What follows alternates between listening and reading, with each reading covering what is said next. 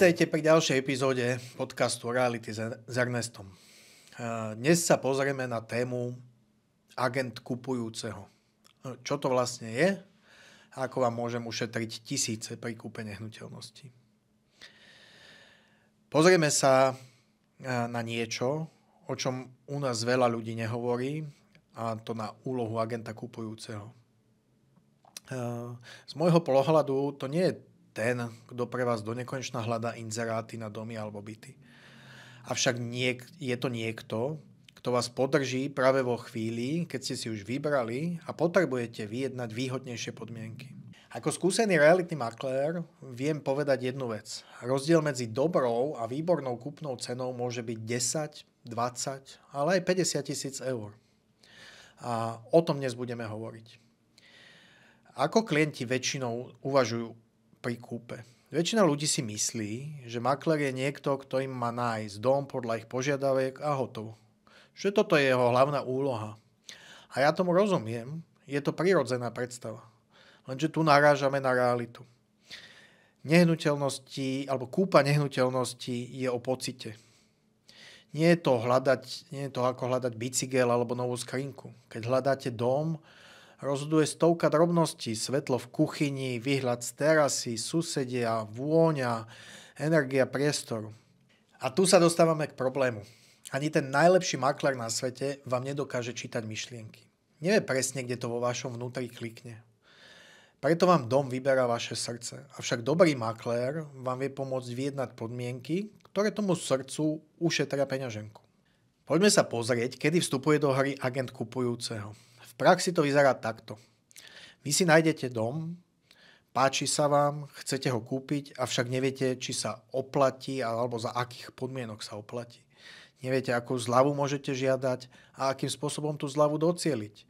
Neviete si vyjednať, čo by v dome mohlo zostať alebo ako by prebiehalo odovzdanie.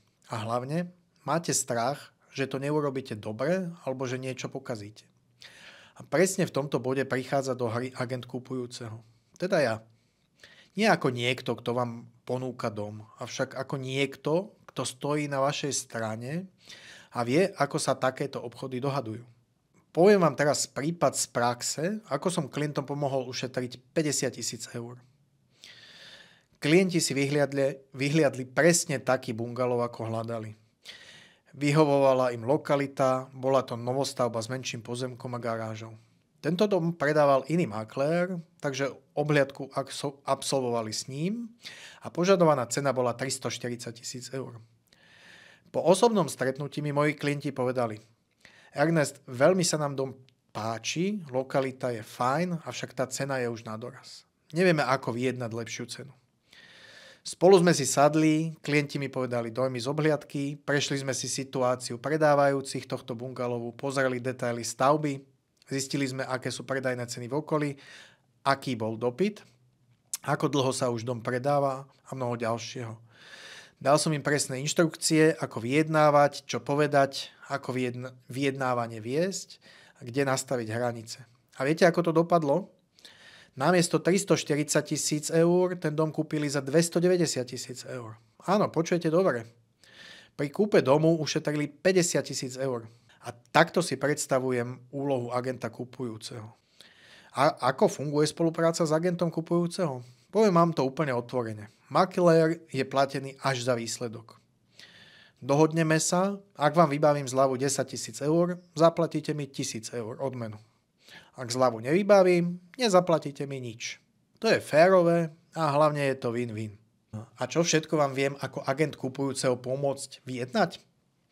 Zníženie ceny, odovzdanie nehnuteľnosti, nábytok alebo spotrebiček, ktoré môžu zostať v nehnuteľnosti, podmienky zálohy a zmluvy, riešenie závad alebo nedostatkov, zladenie kúpy s vašim predajom. Nie je to len o cene.